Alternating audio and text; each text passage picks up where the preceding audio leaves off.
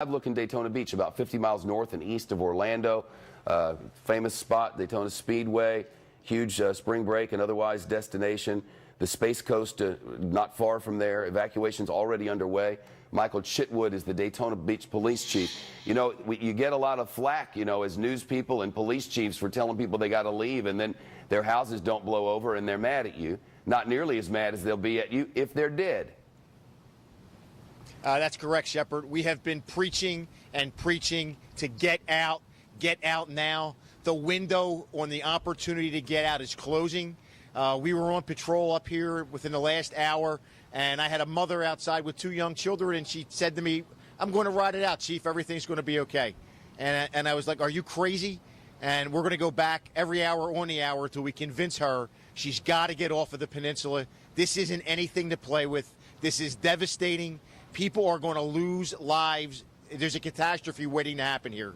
You know, I talked to a number of police officers in South Mississippi, past Christian, Mississippi, after it was over, and they talk about going home to home of people they knew, and they break in the house and they search the house, and most often they put an X on the door saying nobody's in there, but you know, every 15th house they walk in and the old lady from the store is dead in there.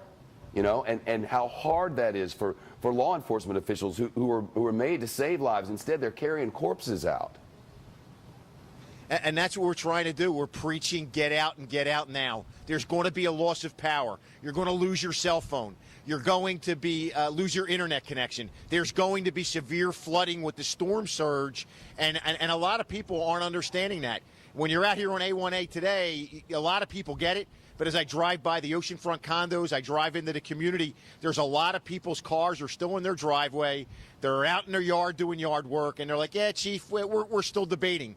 There is no debate. The time for debate is over. At 6 p.m. tonight or a little thereafter, we're going to start shutting down the bridges east side and preventing people from coming up on the peninsula.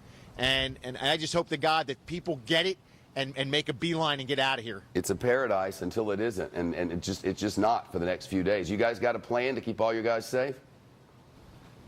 We do. Starting tonight at 6 o'clock, it's all hands on deck. All 250 officers will be in. We'll be here for the duration. We have put up stops for their families. They could bring their family into a secure location. All employees have that option so that they don't have to worry about it. And the officers are going to be well fed and taken care of.